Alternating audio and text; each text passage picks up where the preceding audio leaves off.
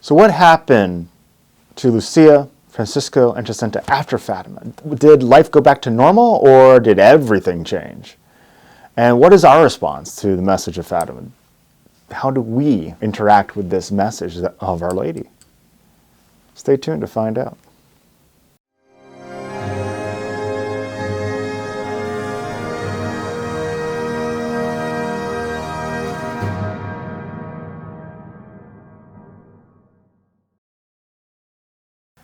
Hello and welcome to America Needs Fatima. I'm Nick Brightingham, and be sure to hit subscribe and to click the notification bell to never miss another story of Mary. Coming up in October, the closest Saturday to October the 13th, we have our annual Rosary Rally, and I know Our Lady would really appreciate everyone to join in this Rosary Rally. And you will find more details listed below, as well as at the end. So, the seers, Jacinta and Francisco, received revelations, visions after Fatima. But especially Jacinta. And they received these revelations in a very short time on Earth right now. And there's a few that I'm going to go through with you. And one of them happens to be that of the Pope. And what happens in this revelation to Jacinta is she sees the Holy Father in a room, in a house, crying. There's people outside throwing rocks and insults at him. To which she responds in kind that we must pray for the Pope. We always must pray for the Pope. Then another revelation that she had is that of the oppression of sin on people. Because there's a poverty in this world, and this is not materialistic poverty. This is poverty of the soul. Specifically, we deal with these things that oppress us in modern day, whether it be lust or even cursing. There's a lot of people in this world that curse, but we need to stop that, because the people are hungry for the doctrine of the church. They're hungry for what is true and good. That's why we need to flock to our mother all the time. So then Jacinta says the following on war, sin, and peace. Because remember, there can be no peace in the world without praying the Rosary. That was what Our Lady said. And Jacinta said that wars are nothing but punishments for the sins of the world. Makes complete sense, doesn't it? It makes complete sense. There's many sins that the world has committed.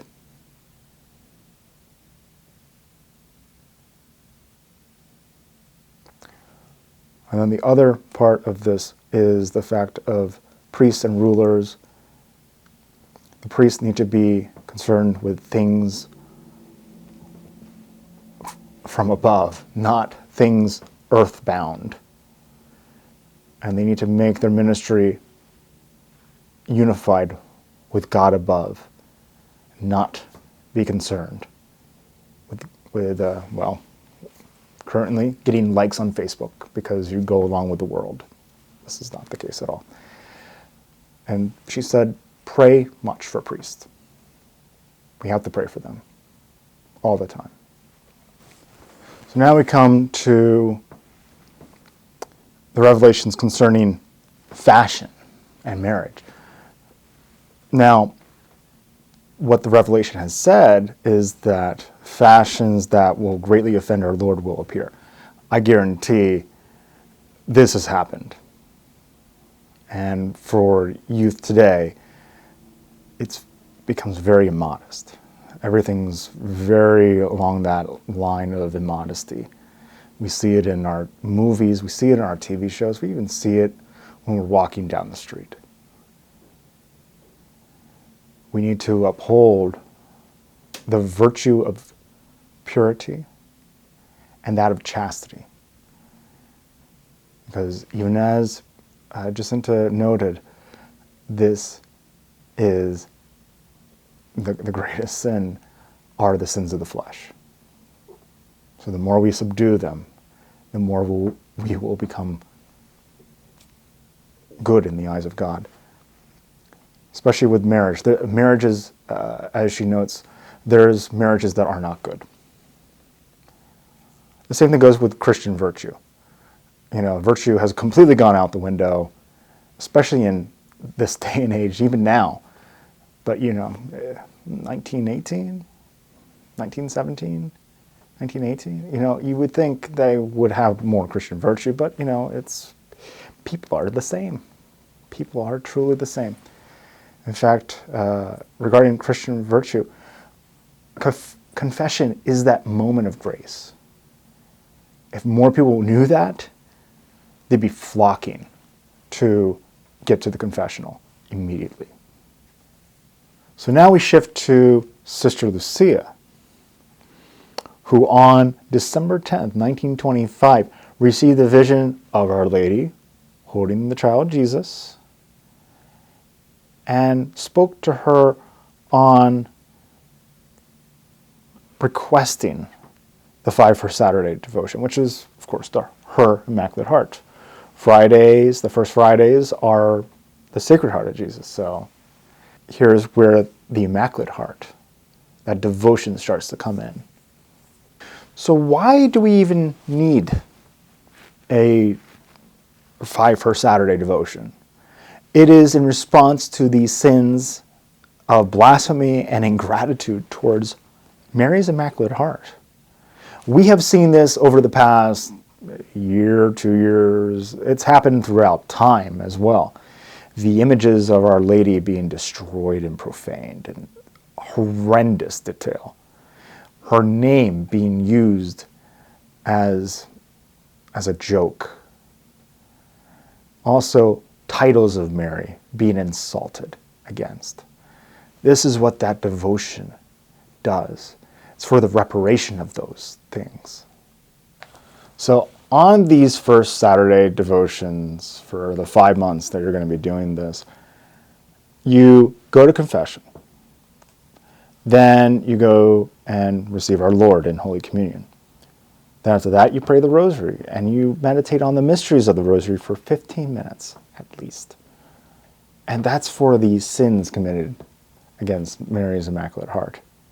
This is a devotion that I really wish would become more invigorated in the world today, because we need her Immaculate Heart a great deal. During the third apparition in 1917, this was the vision of hell one, just to jog both of your memory and mine. Our Lady offered a solution to the oncoming chastisement from God, dealing with war and famine and plagues and all these things. She said Russia must be consecrated to her Immaculate Heart. Well, did that consecration happen? No. The warning was not heeded.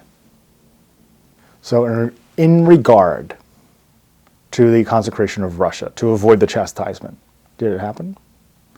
Well, World War II broke out, and the errors of Russia spread throughout the world. That error of Russia is communism.